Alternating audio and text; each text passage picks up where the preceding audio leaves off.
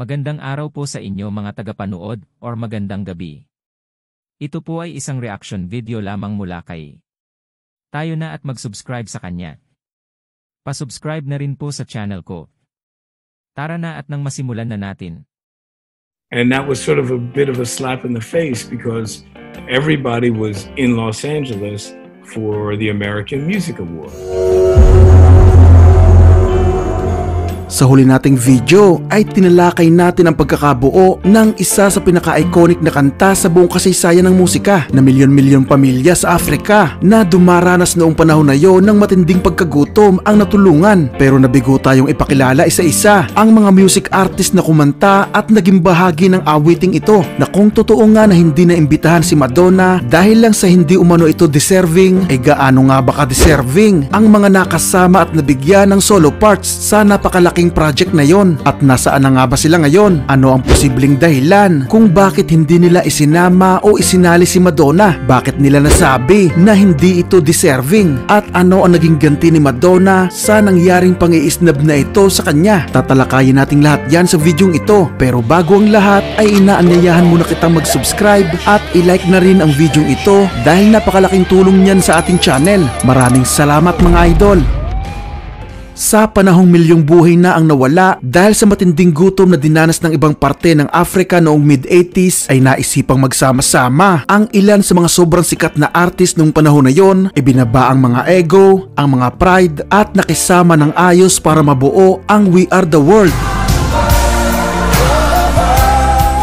na may layuning sumagip ng maraming buhay sa pamamagitan ng musika. Pero kung sisilipin natin mga idol, ay sobrang dami talaga ng sikat noon na hindi nakasali sa project. Marami umano ang tumanggi na may conflict sa mga schedules, mayroong ayaw lang talaga at sinasabing hindi umano deserving na mapasali. Tulad na lang ni Madonna na sobrang sikat na noong 1985. So gaano nga bang kalaki o ka-deserving ang mga nabigyan ng solo part sa We Are The World? At nasaan na sila ngayon? Simulan natin kay Lionel Richie. Bilang isa sa mga nagsimula ng project na ito ay hindi na nakapagtataka na mapasali si Richie. Bukod dito mga idol ay isa na ito sa mga pinakamalaking artist mula pa noong 70s. Sumikat sa napakarami nitong magagandang kanta, nakasama nga ang Hello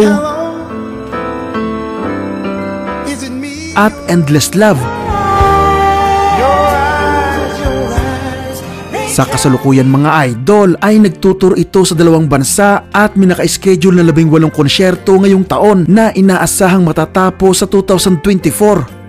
Hindi na din siguro nakapagtataka na kasali si Stevie Wonder, ang child prodigy na nakapirma ng recording contract sa edad lamang na 11 taong gulang. Itinuturing itong pioneer at impluwensya ng marami sa R&B, pop, soul at iba pang genre. Isa sa nagpatunay na hindi hadlang ang kawalan ng paningin o anumang kapansanan para makamit ang tagumpay sa buhay. Kasalukuyan itong nasa tours ngayong 2023 na may 16 pang parating na konsyerto hanggang 2024. Si Paul Simon naman mga idol ay parte ng sobrang sikat mula pa noong 1960s na Simon and Garfunkel na nakilala sa mga awiting Sound of Silence,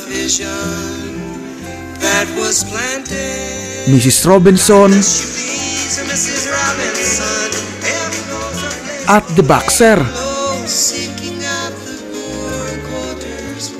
Aktibo pa rin siya sa musika hanggang sa kasalukuyan bilang solo artist at kare-release lang ng kanyang pang-15 studio album nito lang May 19, 2023. May hindi pa ba nakakakilala kay Kenny Rogers? Sinasabing naging bahagi ito ng 120 hit songs sa iba't ibang genre at kabilang na nga dyan ang paborito ng maraming Pinoy na Lady at Through the Years. Tumigil ito sa musika noong 2017 dahil na rin sa problema sa kalusugan at tuluyan na nga itong pumanaw noong March 20, 2020 sa edad na 81. Nakilala naman si James Ingram sa collaborations nito sa ibang artist tulad na lang ng pagkanta nito ng Just Once at 100 Ways sa album ni Quincy Jones, ang mismong producer ng kantang We Are The World. Isa pang tumatak sa kanta nito ay Somewhere Out There.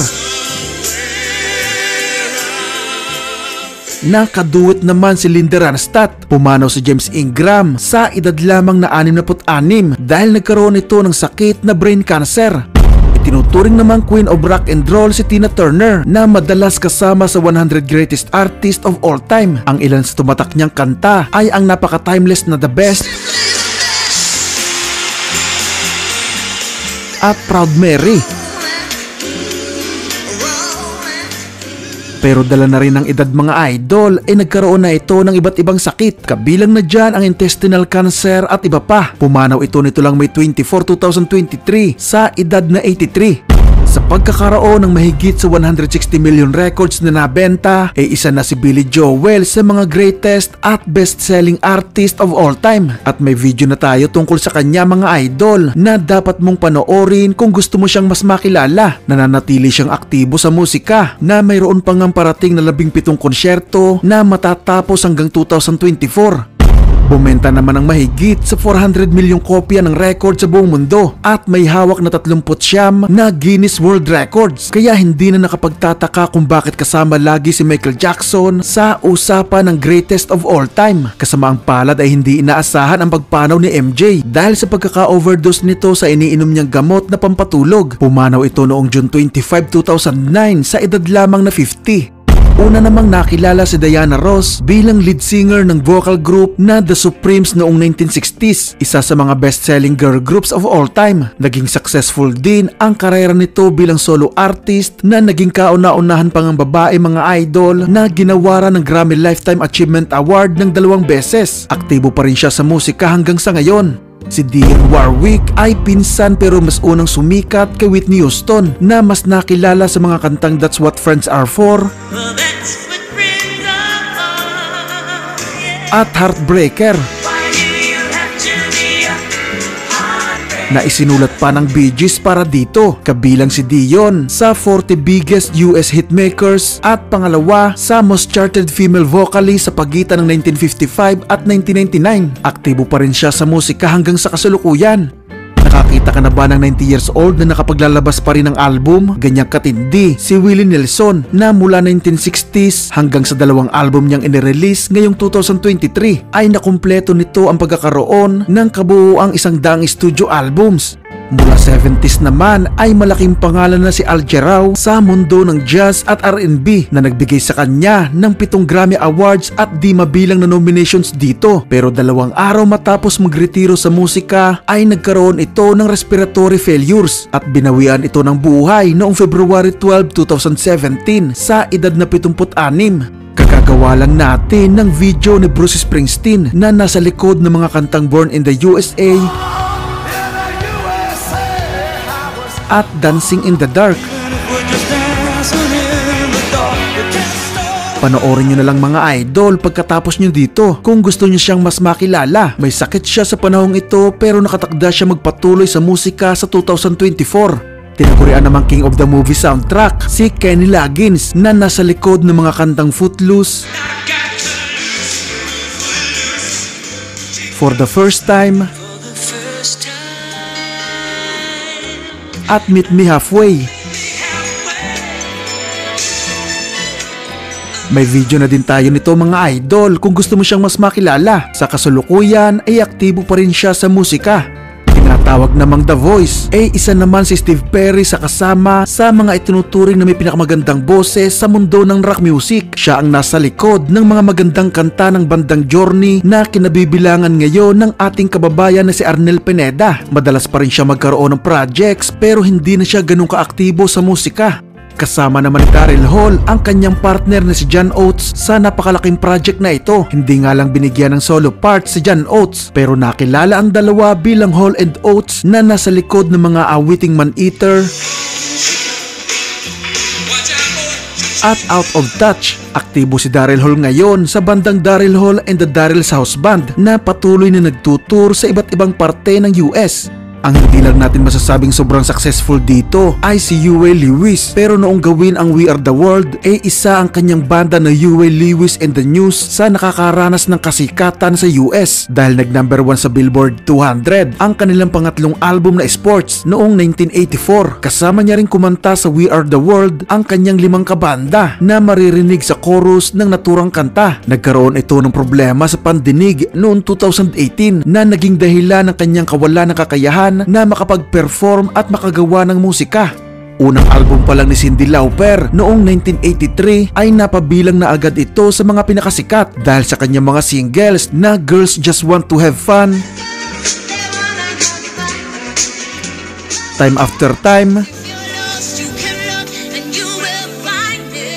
She Bop at All Through the Night na lahat ay pumasok sa top 5 ng Billboard 100 at siya ang pinakaunang babaeng artist na nakapagpapasok ng 4 na single sa top 5 sa isang debut album. Aktibo pa rin siya sa musika hanggang sa ngayon mga idol.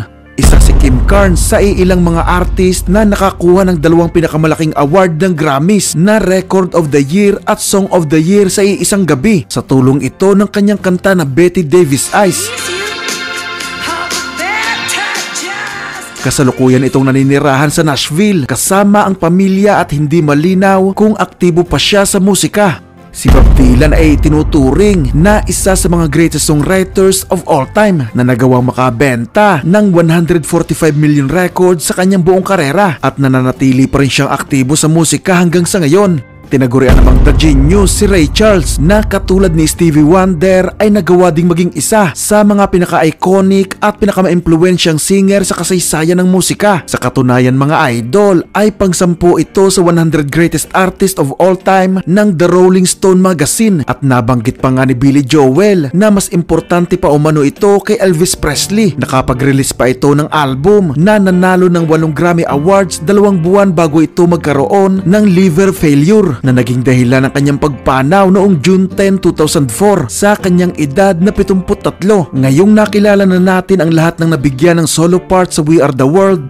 ano ang tingin mo idol na posibleng dahilan kung bakit sinabing hindi pa deserving si Madonna para makasali sa naturang kanta? Kung itatanong mo sa akin kung bakit big deal ang hindi niya pagkakasali, dahil gusto niya mga idol na mapabilang sa naturang project. Tapos halos lahat ng kasali ay umattend muna ng American Music Awards bago pumunta sa recording studio ng We Are The World at alam naman nila na ando na rin si Madonna pero hindi siya sinabihan o inimbitahan. So Madonna wasn't invited to sing on the recording of We Are The World. And that was sort of a bit of a slap in the face because everybody was in Los Angeles for the American Music Awards.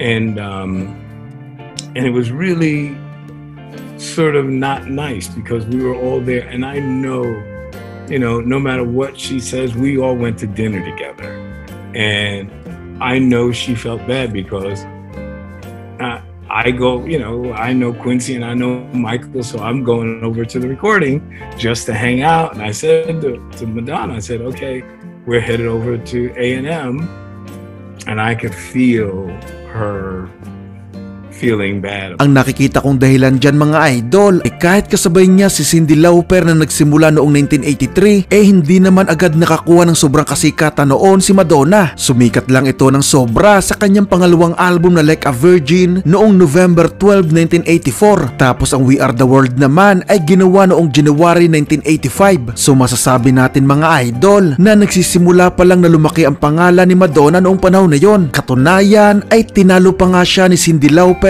sa isinagawang American Music Awards noong gabi na yon. Ikinasama ng loob ni Madonna ang hindi niya pagkakasali sa naturang project pero nakibahagi naman ito sa isinagawang charity concert na Live Aid 1985. Ganun pa man ay tumanggi naman itong sumama sa finale kung saan ay kakantahin na ang We Are The World. I wasn't good enough to sing on the record. Well, I'm not singing the finale. And so she comes out, she does the thing with the Thompson Twins with us, she does her set. We Are The World, bang, she's gone. And si Madonna din ang naging dahilan kung bakit hindi nagtagal ang We Are The World sa number 1 ng Billboard 100 dahil pinalitan ito agad ng kanyang kanta na Crazy For You. Nagustuhan mo ba ang video natin ngayon? Kung oo, ay huwag mong kakalimutang mag-subscribe at i-click ang notification bell para lagi kang updated sa mga bagong kwento na tatalakay sa mga paborito mong banda. Paki-like na rin itong video bilang suporta sa ating channel. Maraming salamat sa inyong panonood.